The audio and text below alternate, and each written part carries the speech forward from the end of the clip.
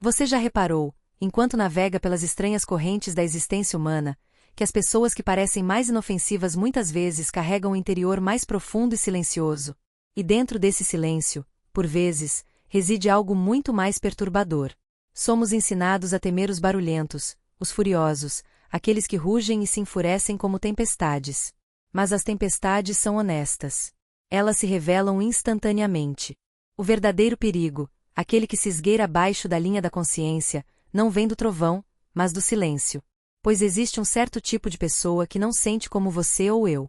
Seu mundo emocional não é um mar, mas um deserto, vasto, imóvel, estranhamente vazio, inabalável, intocado. Não é a sua calma que perturba, mas o vazio abaixo dela, um silêncio que não conforta, mas consome. Tendemos a imaginar o mal como algo dramático, uma figura sombria, uma presença violenta, uma criatura sibilando na escuridão. Mas, na verdade, o mal raramente é teatral. É silencioso, sutil, impecavelmente educado. Usa sapatos limpos e fala com serena certeza. E é isso, claro, que o torna tão difícil de enxergar. Para entender o que chamamos de maldade, é preciso olhar além da máscara, não apenas para o comportamento, mas para a psicologia que se esconde por trás dele. Pois indivíduos perigosos não agem puramente por malícia. Agem por carências, por profundas ausências na estrutura humana. E se você deseja reconhecer o primeiro sinal de uma pessoa perigosa, deve começar por um vazio peculiar. O vazio da empatia. Não a empatia social e educada que demonstramos em funerais ou reuniões familiares, mas a profunda e ressonante capacidade de sentir o mundo interior do outro. A maioria das pessoas possui, em alguma medida, esse estranho dom da ressonância emocional. Quando você sofre, algo nelas estremece. Quando você celebra, algo nelas se alegra. É o fio invisível que nos une em uma única tapeçaria humana. Mas há aqueles que não possuem esse fio. Eles entendem sua dor apenas como um observador entende uma tempestade distante. Podem descrever as nuvens, mas não conseguem sentir a chuva. E essa ausência não se manifesta de forma estridente. Na verdade, muitas vezes se esconde por trás de uma calma inquietante. Em momentos de crise, quando outros tremem, choram ou perdem o equilíbrio, essas pessoas permanecem imutáveis, como se observassem a vida através de um vidro espesso. E você poderia confundir essa quietude emocional com sabedoria, compostura ou força interior. Mas não é sabedoria. É distanciamento. Não é compostura. É vazio. Pois quando alguém não consegue sentir o sofrimento alheio, está livre para agir sem os freios naturais que a compaixão proporciona. E uma pessoa sem freios pode vagar pelo mundo com uma suavidade surpreendente, deixando, no entanto, uma destruição silenciosa por onde passa. E isso, veja bem, é muito mais perigoso do que a fúria. Pois quem não sente nada não tem nada que o contenha, nenhuma culpa para frear sua ação, nenhuma empatia para suavizar seus objetivos, nenhuma bússola interna para moderar suas escolhas. Atravessa a vida intocado pelos frágeis laços que unem os seres humanos. E, assim, pode cortar esses laços sem hesitar. Dentro de certos indivíduos existe um silêncio peculiar onde a consciência deveria residir. A maioria de nós carrega no peito um leve tremor, aquele pequeno sino interior que toca quando nos desarmamos com o mundo. É a sensação de perturbar a delicada estrutura das relações, a suave dor que nos impele a retornar, a pedir desculpas, a nos realinharmos com algo maior que o ego. Mas imagine uma pessoa para quem esse sino jamais soa ponto não porque sejam maus de alguma forma mítica ou monstruosa, mas simplesmente porque o mecanismo em si está ausente. Não há culpa, não há remorso, nenhum momento interno de hesitação antes de infligir dano. E assim, movem-se pelo mundo sem a suave resistência que molda a conduta humana comum. Em vez disso, mergulham numa espécie de distanciamento moral, uma capacidade de desculpar tudo, de racionalizar tudo, como se fossem o eixo central em torno do qual todas as coisas giram. Quando essa ausência de consciência se infiltra no cotidiano, muitas vezes parece tênue a princípio. Você pode notar como elaboram explicações refinadas para comportamentos que perturbariam o coração de qualquer pessoa comum. Não sentem a dor de errar e, portanto, não conseguem compreender por que você sente. E dentro dessa falta de resistência interna, depara-se com uma verdade silenciosa e perturbadora. Uma pessoa sem culpa pode distorcer a realidade para atender aos seus próprios desejos sem jamais perceber o custo para os outros. Pois a consciência não é meramente uma lista de regras ou expectativas sociais. É o eco da empatia dentro do próprio ser. É aquela voz interior sussurrando: você causou dano. Você precisa reparar o dano. Mas se alguém não consegue sentir o sofrimento do outro, esse eco jamais se forma. Não há puxão, nem sussurro, nem hesitação. Em uma pessoa assim, a culpa não é instintiva, mas sim irritante. O remorso é uma farsa. A responsabilidade é uma linguagem que ela não fala. É por isso que ela manipula a situação, não apenas para desorientá-lo, mas porque a ideia de que ela possa estar errada é insuportável para ela. Sem a suave restrição da consciência, a fronteira entre relacionamento e utilidade se torna tênue. Em vez de descobrir que as pessoas são seres misteriosos dignos de admiração, elas passam a acreditar que as pessoas são instrumentos, ferramentas para segurança, admiração, conforto ou controle. E assim, elas seguem pela vida não se conectando, mas utilizando. Quando você cruza o caminho de uma pessoa assim, pode sentir uma tensão sutil, como se ela não estivesse realmente presente com você, mas sim calculando ao seu redor. Os olhos dela não buscam sua alma, buscam vantagem. Suas emoções, suas esperanças, suas feridas se tornam variáveis em uma equação que eles pretendem resolver para seus próprios fins. É aqui que o charme entra em cena, não como calor humano, mas como uma tática praticada. Certos indivíduos se tornam notavelmente hábeis em ler sinais emocionais, não porque os sintam, mas porque aprenderam que interpretar reações humanas lhes confere influência. O que parece inteligência emocional é, na realidade, o uso estratégico da observação. Eles estudam as pessoas como quem lê um mapa, notando quais expressões suavizam as defesas, quais palavras despertam a confiança, quais gestos geram submissão. Essa máscara adaptativa se torna seu meio de sobrevivência. E, com o tempo, torna-se seu método de controle. Seu charme é calculado, seu calor humano deliberado, sua atenção planejada, seu timing preciso.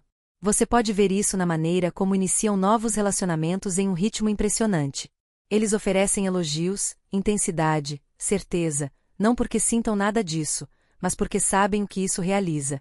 Então vem o espelhamento, a estranha capacidade de refletir seus gostos, seu humor, até mesmo sua visão de mundo. A princípio, parece uma ressonância genuína, como se você finalmente tivesse encontrado alguém que realmente o entende. Mas o que você encontra não é compreensão, e sim imitação.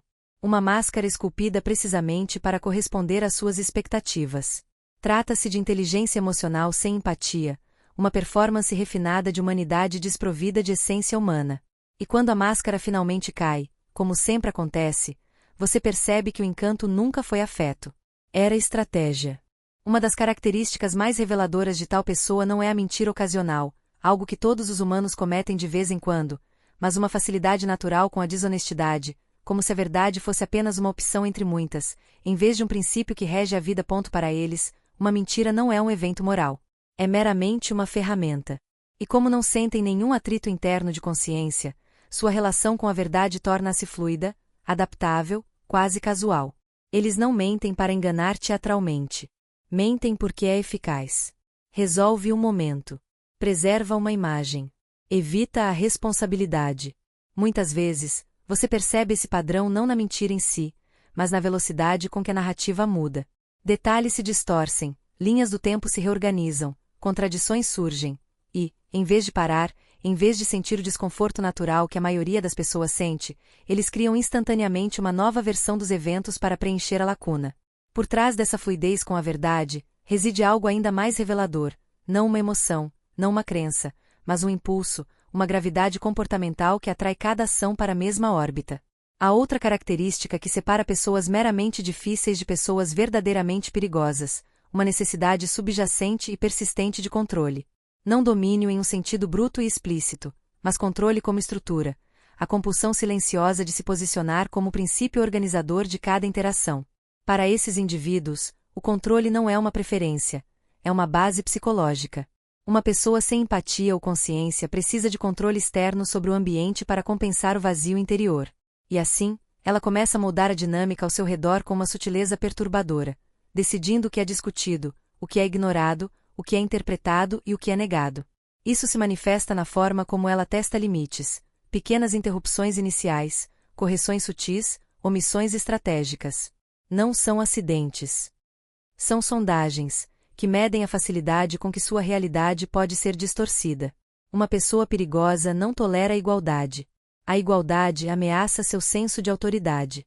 Ela só funciona quando está em um nível elevado, emocional, intelectual ou moral. E no momento em que você para de seguir seus sinais, ela intensifica o ataque, não com caos, mas com precisão. Uma das ilustrações mais claras desse perigo silencioso é um homem que nunca levantou a voz, nunca demonstrou violência, nunca pareceu a personificação da crueldade, Adolf Eichmann. Eichmann não era o estereótipo do mal. Sem raiva. Sem espetáculo. Sem presença dramática. Ele era organizado, educado, eficiente, o tipo de homem que aparentava ser um funcionário bem treinado, um administrador disciplinado. No entanto, por trás dessa aparência comum, havia algo muito mais perturbador, uma ausência quase total de empatia e consciência. Quando questionado após a guerra, Eichmann não expressou ódio. Não expressou ideologia. Mal demonstrou qualquer emoção. Simplesmente descreveu seu papel como se descreve um conjunto de tarefas administrativas: papelada, logística, coordenação. O sofrimento humano não foi negado. Era simplesmente irrelevante, um detalhe, uma nota de rodapé. O peso emocional da dor que ele facilitou jamais foi percebido. E é isso que o torna um exemplo tão crucial. Eichmann não cometeu atrocidades por paixão, raiva pessoal ou fanatismo. Ele as cometeu porque nada dentro dele resistia.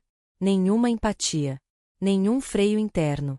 Nada para interromper o processo. Sem consciência para criar tensão. Sem vida interior profunda o suficiente para confrontar as consequências de seus atos. Hannah Arendt chamou isso de banalidade do mal, a verdade aterradora de que imensos danos podem ser causados não por monstros, mas por homens vazios que simplesmente seguem o caminho de menor resistência interna. Este é o perigo que a maioria das pessoas ignora. Não o homem que parece assustador, mas o homem que não sente nada. Se quisermos falar honestamente sobre indivíduos perigosos, devemos fazer uma distinção crucial, que preserve a clareza e evite confusão. Nem toda pessoa que parece fria ou silenciosa é uma ameaça, mas uma pessoa perigosa se comporta de maneira diferente. Uma pessoa traumatizada pode parecer distante, mas não estuda suas reações como pontos de dados. Ela não molda suas expressões como instrumentos. Ela não usa a ambiguidade como arma. Uma pessoa perigosa faz isso. A questão não é temer toda a alma silenciosa, mas reconhecer quando o silêncio sinaliza controle em vez de sobrevivência. A sabedoria reside em discernir quando o distanciamento protege e quando manipula. Uma vez que você entende a estrutura de uma mente perigosa, quando a compreensão por si só não é mais suficiente, você deve se voltar para dentro e reconhecer uma verdade simples: seu mundo interior é sua única posse real. Tudo mais pode ser emprestado, trocado ou roubado. Mas sua clareza é sua para proteger. A proteção é frequentemente mal compreendida. As pessoas imaginam muros, suspeita, defesa constante. Mas proteger-se é mais sutil. É a capacidade de se afastar de tudo que perturba a ordem natural de sua mente. Quando a presença de uma pessoa distorce sua percepção, arrasta você para a confusão ou tira de si mesmo, a resistência não é nobre, é tolice. A sabedoria é a arte de preservar o equilíbrio interior em um mundo que busca implacavelmente desestabilizá-lo. Portanto, quando você encontra alguém que opera sem empatia, sem consciência, sem responsabilidade, a resposta adequada é distância, não punição, espaço, uma recuperação silenciosa de sua própria perspectiva. Uma pessoa que não sente nada pode levar tudo. Afastar-se de qualquer pessoa que esteja distante da sua dor, do seu tempo, da sua humanidade. Proteger a integridade do seu coração, não por medo, mas por respeito. Alguns veem o coração não como um tesouro a ser honrado, mas como uma ferramenta a ser explorada. Colocar essas tendências lado a lado torna a verdade clara: o mal não é uma força teatral, mas um vazio psicológico. Um vazio onde deveria haver consciência. Não é uma escuridão mítica, mas uma deficiência em reconhecer a si mesmo nos outros. Essa ausência produz um tipo específico de ser humano, inteligente, persuasivo, externamente composto, mas oco por dentro. Não porque planejem a destruição, mas porque lhes falta a bússola interna que a impediria. Uma vez que você compreenda isso, a questão não é mais como julgá-los, mas como permanecer vigilante. O perigo não reside apenas na presença deles, mas no momento em que você permite que a confusão deles se torne sua. A resposta sábia é enganosamente simples: recupere sua própria clareza. Se uma pessoa não consegue sentir as consequências de seus atos, ela é capaz de quase tudo, não por maldade, mas por inconsciência. E a inconsciência é muito mais perigosa que a maldade, porque não se reconhece. No fim, a tarefa não é se endurecer, mas manter a lucidez, enxergar com clareza o que está à sua frente e se afastar quando a clareza assim o exigir.